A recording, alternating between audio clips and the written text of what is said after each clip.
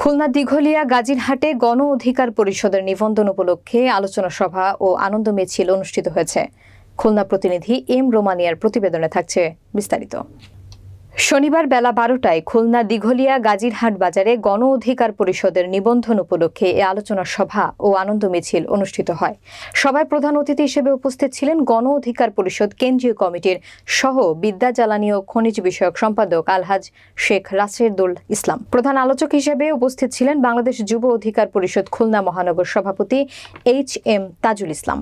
বিশেষ অতিথি হিসেবে উপস্থিত ছিলেন নড়াইল জেলা ভারপ্রাপ্ত আহ্বায়ক রেজাউল ইসলাম, খুলনা মহানগর সিনিয়র যুগ্ম সাধারণ সম্পাদক বিদার শিকদার, যুব অধিকার পরিষদ খুলনা মহানগরের সাংগঠনিক সম্পাদক মোহাম্মদ আজিজ, যুগ্ম সাধারণ সম্পাদক নূর মোহাম্মদ, বাংলাদেশ ছাত্র অধিকার পরিষদ খুলনা মহানগরের যুগ্ম সাধারণ সম্পাদক মোহাম্মদ জুবায়েদ শেখ সম্রাট।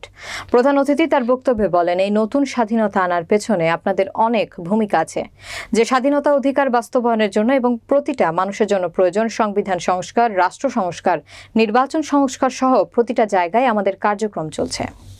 এই ছাত্রদের স্বাধীনতার অর্জন যাতে করে আমরা আর অন্য একটা অপশক্তির কাছে হেরে না যাই, সেদিকে আমরা সবার খেয়াল রাখবো ইনশাআল্লাহ। 5ই আগস্ট 2024 সালের পর থেকে আমরা নতুন একটা স্বাধীনতা পেয়েছি। এই স্বাধীনতার পেছনের কারিগর অজস্র ছাত্র জনতা, যারা অনেকেই নিহত হয়েছেন। নিহতদের রুহের মাগফিরাত কামনা করছি।